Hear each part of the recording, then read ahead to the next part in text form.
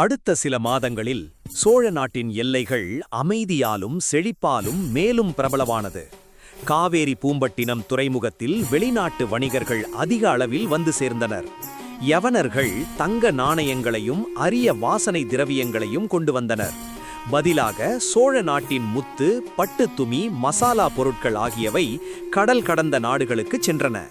மக்கள் வாழ்க்கை வளமாக இருந்ததால் நகரங்களிலும் கிராமங்களிலும் திருவிழாக்கள் அடிக்கடி கொண்டாடப்பட்டன. ஆனால் கரிகால சோழன் தனது மனதில் எப்போதும் ஒரு எண்ணத்தை வைத்திருந்தான். ஒரு நாட்டின் உண்மையான பலம் அதன் மக்களின் ஒற்றுமையில்தான் உள்ளது என்று. அதனால் அவர் போர் பயிற்சிகளை மட்டுமல்ல, விவசாயம், கல்வி, வணிகம் ஆகியவற்றையும் சமமாக கவனித்தார். காவேரி கரைகளில் புதிய கால்வாய்கள் அமைக்கப்பட்டன. விவசாய நிலங்கள் பசுமையால் நிரம்பின. மக்கள் அரசனை தங்கள் குடும்பத்தினருள் ஒருவரைப் போல நேசித்தனர். ஒரு நாள் காலை காவேரி பூம்பட்டினம் அருகிலுள்ள கடற்கரையில் காவலர்கள் அசாதாரணமான கப்பல்களை கவனித்தனர். அந்த கப்பல்கள் சோழ நாட்டின் கொடிகளை ஏந்தவில்லை. அவை தொலைதூர தீவுகளிலிருந்து வந்த மர்மமான போர்க்கப்பல்களைப் போல தோன்றின.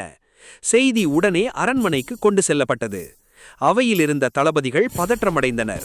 அரசே, அவர்கள் கொள்ளையர்கள் இருக்கலாம் என்றார் பெருவேளன். நம் துறைமுகத்தை தாக்க முயற்சிக்கலாம். கரிகால சோழன் சிறிது நேரம் அமைதியாக சிந்தித்தான். பின்னர் மெதுவாக கூறினான், பயத்தில் எடுக்கப்படும் முடிவுகள் பல நேரங்களில் தவறாகிவிடும்.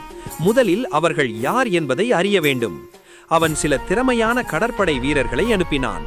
அவர்கள் சிறிய படகுகளில் சென்று அந்த கப்பல்களை நெருங்கினர். சில மணி நேரங்களுக்கு பிறகு அவர்கள் திரும்பி வந்தனர். அவர்களுடன் வெளிநாட்டு வணிகர்களும் இருந்தனர். அவர்கள் கடற்புயலில் சிக்கி வழி தவறி சோழ நாட்டின் கரையை அடைந்திருந்தனர். அந்த வணிகர்களின் தலைவர் கரிகால சோழனின் முன் தலை வணங்கினான். நாங்கள் உங்களின் கருணையை வாழ்நாளெல்லாம் மறக்க மாட்டோம் என்றான். பல நாடுகளில் பயணம் செய்திருக்கிறோம். ஆனால் அச்சத்திற்கு பதிலாக நம்பிக்கையுடன் எங்களை வரவேற்ற முதல் மன்னர் நீங்கள்தான் என்றான். கரிகால சோழன் புன்னகைத்தான். விருந்தினரை பாதுகாப்பது தமிழரின் பழக்கம் என்றான். நட்பு கடலை விட பெரிது.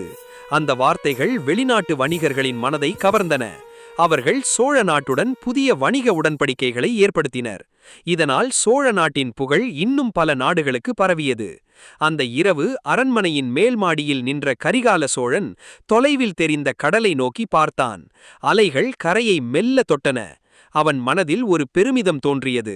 வாளால் வெல்லும் வெற்றியை விட மனித மனங்களை வெல்வதே நிலையான வெற்றி என்று அவன் மீண்டும் உணர்ந்தான்.